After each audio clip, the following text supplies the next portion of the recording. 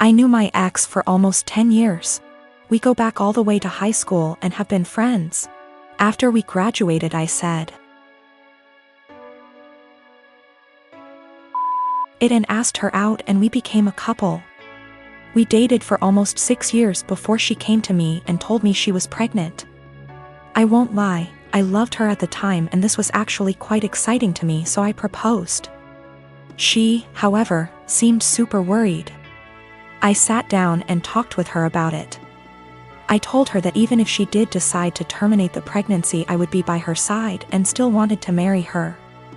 She was super awkward about it, but decided to keep the child and accepted my proposal. These past 7 months have been a roller coaster. She moved in with me and we began getting ready for our daughter's birth, and we were planning on getting married after she is born. That was until a few weeks ago. An old acquaintance from high school reached out to me. I was never good friends with him, but he said that he felt guilty about letting an innocent man suffer for his and my ex's mistakes. This guy claimed that he was the father of my ex's child and that my ex had been lying to me. It turns out that my ex and him got reacquainted about a year ago and started having sex. Around the time my ex got pregnant, they began having unprotected sex. He is not lying about this. He sent me photos of them together and showed me texts between the two of them. I was able to get my ex's phone and confirmed they were real. Along with this, he sent me a string of Facebook messages of my ex admitting to lying to me because I make more money than the real father, and she would rather I care for it. Suffice to say, I was pissed. I confronted her, she cried, I cried, it was a mess. In the end, I broke it off then and there and evicted her from my apartment. She's in the process of moving out now, but I have not said a single word to her. I have pretty much told her that I want her out of my life. I also demanded a DNA test the minute the child is born. If it is mine, I'll help her support it. If not, then I am never seeing her again. I've been cold to her. Her and her parents has tried multiple times to work it out with me, but I've refused any contact with them. At one point she got all of her friends together to try to talk to me, and I kicked them out of the apartment with threats of calling the police. Anytime she's tried to reconcile, I've shut it down. My friends are saying I'm in wrong here. According to them, she's pregnant, and because of that I should at least be helping her till the baby is born, even if it isn't mine. I disagree fully, but I could be wrong. So, right now I'm in kinda a shitty situation. I've been treating my ex-fiancé pretty cold and demanding a paternity test for the child she's carrying. All of my friends are saying I'm being a major asshole, but I don't feel that way. I own a small condo in Orlando. I bought it while working for the Mouse, and my friend Ben lived there with me. Ben's a cook and is rarely home. He has a large room that is accessible from outside, an attached bathroom that locks to the rest of the house. Well, I got a different job, got engaged to my partner, and moved a few hours away. We kept the condo as a place to stay when we visit the parks. And we agreed with Ben that he could continue living there as long as he paid all the utilities and maintained the place. Our friends use it too. They pay a bit for utilities, are told don't bother Ben, and clean before they leave. Between everyone who uses it, we've gotten stuff donated, so it's now a fully stocked vacation home. My immediate family and I have a bad history, but we mended. They've used the condo 3/4x a year. On Monday, Ben got woken up at 2 a.m. by hammering on the main door. My aunt and uncle, their kids, and their grandkids were all there waiting to be let in. I haven't spoken to these people in years after they decided I was the devil's spawn for being gay. They demanded that the caretaker give them the keys. Ben called me. I told him to give them my number, then shut and lock the door and not let them in. My aunt was insistent that my condo was actually owned by my family. It was the family vacation home. And it was against the law to not let them in. I told her no, it was mine, I own it and I let friends and family use it, but I choose who stays there. There was a lot of back and forth and some petty name calling. She said they were here for a week, where were they supposed to go, and I said I don't care. Meanwhile, my partner reported that Ben texted them saying my uncle was attempting to kick in the door. I said tell him to call the police. She hung up on me and Ben said they left. In the morning, I got a phone call from my mom trying to convince me to let them stay. We had an argument during which she admitted that she didn't tell people that I owned the property because she didn't want the rest of our family to know they were in contact with me again.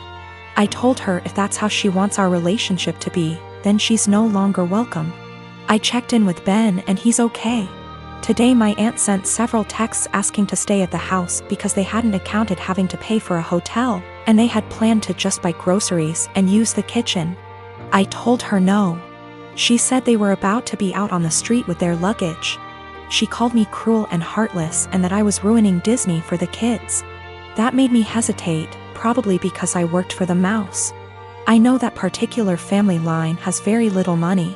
Yet I find it hard to believe someone would plan a whole vacation without accounting extra funds for it. But the kids are really young.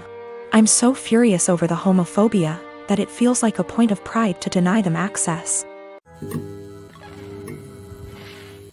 I have been with my fiancé for 2 years. We are both 37 years old. We're getting married soon. I've only met her family a couple of times. My daughter, Judy, 16 years old, has never met them till very recently, where they hosted dinner to celebrate 4th of July, and that's when they met her for the first time.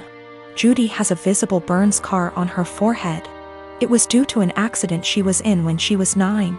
She used to be incredibly insecure about it, to the point where I was forced to homeschool her, and it was hard trying to deal with and navigate through this rough time.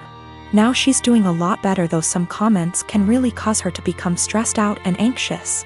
My fiancé knows all that and respects it.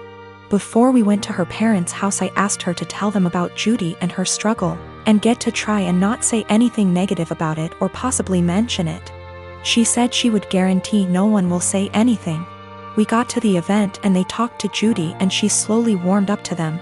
Everything was going well till I was dinner time.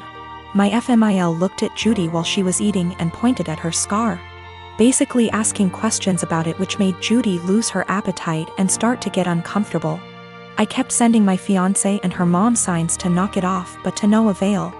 Finally, FMIL then brought up the wedding and asked my fiancé if it'd be possible to Photoshop the scar out of any wedding photos that will have Judy in them, just in case they distract viewers. I was dumbfounded. Fiancé said nothing, just stared casually while nodding. I looked at Judy and it was clear this got to her. I leaned closer and asked if she was feeling uncomfortable and that we could leave if the answer was yes. She took her time, then nodded and said, "Yes, I'm feeling uncomfortable right now." I got up and told her to get ready cause we were leaving. My fiancé, her mom and the family started insisting we finish dinner and stay, but I refused. I took Judy and got in the car and left before even talking to my fiancé. Obviously, she was pissed. She called and was angry, talking about how I disrespected her parents by taking Judy and leaving in the middle of dinner and not even saying goodbye. I told her that Judy was feeling uncomfortable with Mills' comments and questions. She said Judy overreacted and is in need to go back to therapy if a simply mention of her scar caused her to react that way.